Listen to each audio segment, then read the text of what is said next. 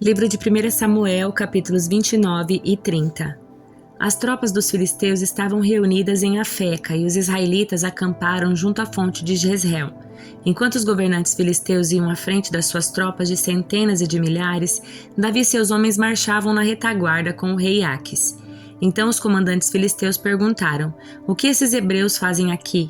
Aquis respondeu: "Este é Davi, servo do rei Saul de Israel. Já faz tempo que está comigo e desde o dia em que chegou até hoje não encontrei nele nenhuma falta." Mas os comandantes filisteus se iraram. "Mande-o de volta para a cidade que o Senhor deu para ele", exigiram. "Não pode ir à guerra conosco, e se ele se voltar contra nós na batalha e se tornar nosso adversário, existe maneira melhor de ele se reconciliar com o seu Senhor do que entregando-lhe nossa cabeça? Não é este o mesmo Davi a respeito de quem as mulheres de Israel cantavam em suas danças: Saul matou milhares e Davi dezenas de milhares?" Então Aquis chamou Davi e lhe disse: "Tão certo como vive o Senhor, você foi um aliado fiel. Ao meu ver, deveria acompanhar-me na batalha, pois desde o dia em que chegou até hoje nunca encontrei nenhuma falha em você. Mas os outros governantes filisteus não o aprovam. Por favor, não os desagrade, volte para casa em paz." "O que fiz para merecer esse tratamento?" perguntou Davi. "O que o Senhor viu de errado em mim desde que comecei a servi-lo? Por que não posso lutar contra os inimigos do meu senhor, o rei?" Aquis respondeu: "Para mim você é tão leal quanto um anjo de Deus, mas os comandantes filisteus não querem que você os acompanhe na batalha. Agora levante-se bem cedo e vá embora com seus homens assim que o dia clarear." Então Davi e seus soldados voltaram bem cedo para a terra dos filisteus, enquanto o exército filisteu prosseguiu para Jezreel. 3 dias depois, quando Davi e seus homens chegaram à cidade de Ziclag, viram que os amalequitas haviam invadido o Neguebe e atacado Ziclag. Tinham destruído e queimado a cidade. Não mataram ninguém, mas tomaram como prisioneiros as mulheres, as crianças e os demais e foram embora. Quando Davi e seus homens viram a cidade queimada e se deram conta do que havia acontecido com suas mulheres, seus filhos e filhas, lamentaram e choraram em alta voz até não aguentar mais. As 2 esposas de Davi, Ainoã de Jezreel e Abigail, viúva de Nabal do Carmelo, estavam entre os que foram capturados. Davi ficou muito aflito, pois os homens estavam amargurados por terem perdido seus filhos e filhas e começaram a falar em apedrejá-lo. Mas Davi encontrou forças no Senhor seu Deus. Então disse ao sacerdote Abiatar: "Traga o colete sacerdotal." E Abiatar, filho de Aimeleque, o trouxe. Davi perguntou ao Senhor: "Devo perseguir esse bando de saqueadores? Conseguirei apanhá-los?" E o Senhor lhe respondeu: "Sim, vá atrás deles. Certamente conseguirá recuperar tudo o que foi tomado de vocês." Davi e os seus 600 homens partiram e chegaram ao ribeiro de Besor, onde ficaram alguns deles. 200 dos homens estavam exaustos demais para atravessar o ribeiro e Davi continuou a perseguição com 400 homens. No caminho encontraram um rapaz egípcio num campo e o levaram até Davi. Deram-lhe um pouco de pão para comer e água para beber.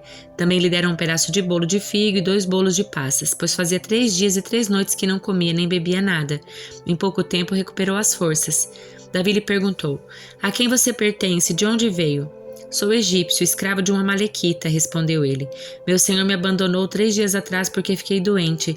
Estávamos voltando de um ataque aos queretitas no Neguebe, ao território de Judá e à terra de Calebe, e tínhamos queimado Ziclag." "Você pode me levar até esse bando de saqueadores?" perguntou Davi. O rapaz respondeu: "Se o Senhor jurar por Deus que não me matará nem me entregará ao meu senhor, eu o levarei até eles." O rapaz o levou até os amalequitas. Estavam espalhados pelos campos, comendo, bebendo e festejando por causa da grande quantidade de bens que haviam tomado da terra dos filisteus e da terra de Judá.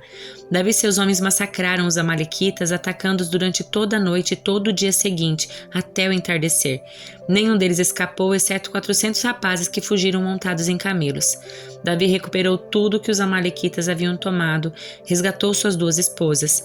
Não faltava coisa alguma, nem pequena nem grande, nem filho nem filha, nem qualquer outra coisa que havia sido tomada. Davi trouxe tudo de volta. Também recuperou todos os rebanhos e seus companheiros os levaram à frente de outros animais. "Este despojo pertence a Davi", disseram. Então Davi voltou ao ribeiro de Besor, onde estavam os 200 homens que tinham sido deixados para trás porque estavam exaustos demais para acompanhá-los. Saíram ao encontro de Davi e seus companheiros e ele os cumprimentou com alegria. Contudo, entre os que tinham acompanhado Davi, havia alguns homens perversos que disseram: Como eles não foram conosco, não devem receber nada dos despojos que recuperamos. Devolvam as esposas e os filhos deles e mandem todos embora. Davi, porém, disse: Não, meus irmãos, não sejam egoístas com aquilo que o Senhor nos deu. Ele nos guardou e nos ajudou a derrotar o bando de saqueadores que nos atacou. Quem lhes dará ouvidos quando falam desse modo? Dividiremos igualmente entre os que foram à batalha e os que guardaram a bagagem. A partir daquele dia, Davi fez disso um decreto e estatuto em Israel, e assim é até hoje. Livro de Jó, capítulo 36. Eliú continua a falar. Deixe-me prosseguir e lhe mostrarei a verdade, pois ainda não terminei de defender a Deus. Apresentarei argumentos profundos em favor da justiça do meu Criador. Digo somente a verdade, pois sou homem de pleno conhecimento. Deus é poderoso, mas não despreza ninguém. Ele é grande em força e entendimento. Não permite que os perversos vivam, mas faz justiça aos aflitos. Observa atentamente os justos, coloca-os em tronos como reis e exalta-os para sempre. Se estão acorrentados e amarrados com cordas de aflição, ele faz que vejam um motivo. Mostra-lhes que pecaram sendo orgulhosos. Chama-lhes a atenção e ordena que se afastem do mal. Se obedecerem e servirem a Deus, serão abençoados com prosperidade a vida inteira. Todos os seus dias serão agradáveis. Se, porém, não o ouvirem, serão atravessados pela espada e perecerão por falta de entendimento. Pois os ímpios são cheios de ressentimento. Mesmo quando Deus os castiga, não clamam por socorro. Morrem em plena juventude depois de desperdiçar a vida em imoralidade.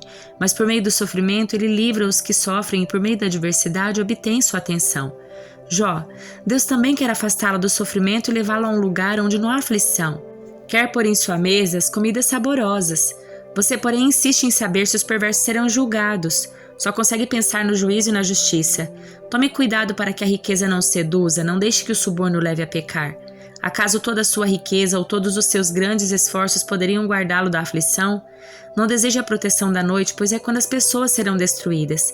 Fique atento, afaste-se do mal, pois Deus enviou este sofrimento para guardá-lo de uma vida de maldade. Deus é muito poderoso, quem é mestre como ele? Ninguém pode lhe ordenar o que fazer, nem lhe dizer agiste mal. Você deve sim dar glórias a Deus por suas obras poderosas e entoar cânticos de louvor. Todos viram suas obras, ainda que apenas de longe. Deus é tão grande que não podemos compreender, não há como calcular os anos da sua existência. Ele faz a água subir como vapor e depois a destila em chuva. As nuvens derramam a chuva e a humanidade toda se beneficia. Quem pode entender a extensão das nuvens e o trovão que ressoa do céu? Deus espalha relâmpagos em volta de si e cobre as profundezas do mar. Com esses atos poderosos, governa os povos e lhes dá comida com fartura. Enche as mãos de relâmpagos e atira cada um em seu alvo. O trovão anuncia sua presença e a tempestade sua ira indignada. Primeira carta aos Coríntios, capítulo 1. Saudações de Paulo.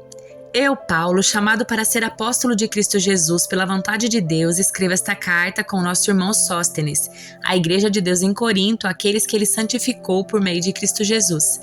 Vocês foram chamados por Deus para ser seu povo santo junto com todos que em toda parte invocam o nome do nosso Senhor Jesus Cristo, Senhor deles e nosso. Que Deus nosso Pai e o Senhor Jesus Cristo lhes dêem graça e paz. Sempre agradeço a meu Deus por vocês e pela graça que Ele lhes tem dado em Cristo Jesus. Por meio dele, Deus os enriqueceu em tudo, em toda capacidade de expressão e em todo entendimento.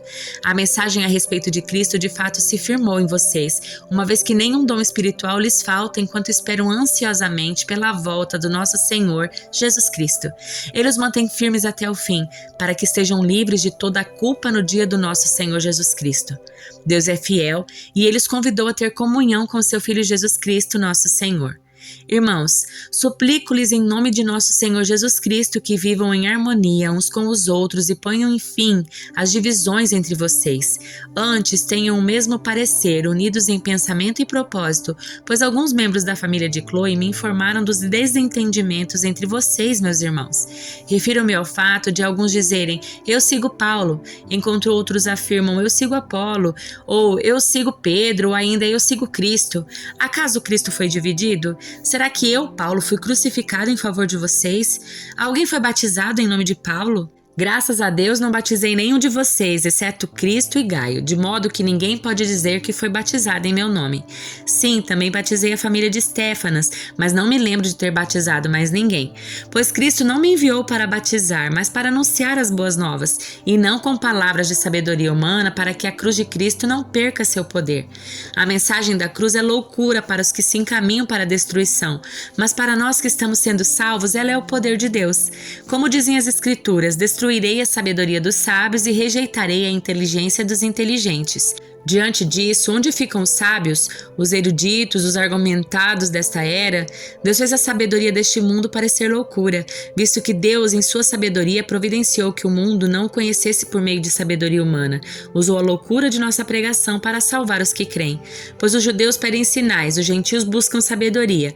Assim, quando pregamos que o Cristo foi crucificado, os judeus se ofendem e os gentios dizem que é tolice. Mas para os que foram chamados para a salvação, tanto judeus como gentios, Cristo é o poder de Deus e a sabedoria de Deus, pois a loucura de Deus é mais sábia que a sabedoria humana, e a fraqueza de Deus é mais forte que a força humana. Lembrem-se, irmãos, de que poucos de vocês eram sábios aos olhos do mundo, ou poderosos, ou ricos quando foram chamados.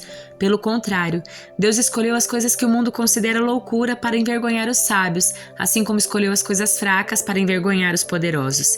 Deus escolheu coisas desprezadas pelo mundo, tidas como insignificantes, e as usou para reduzir a nada aquilo que o mundo considera importante. Portanto, ninguém jamais se orgulhe na presença de Deus.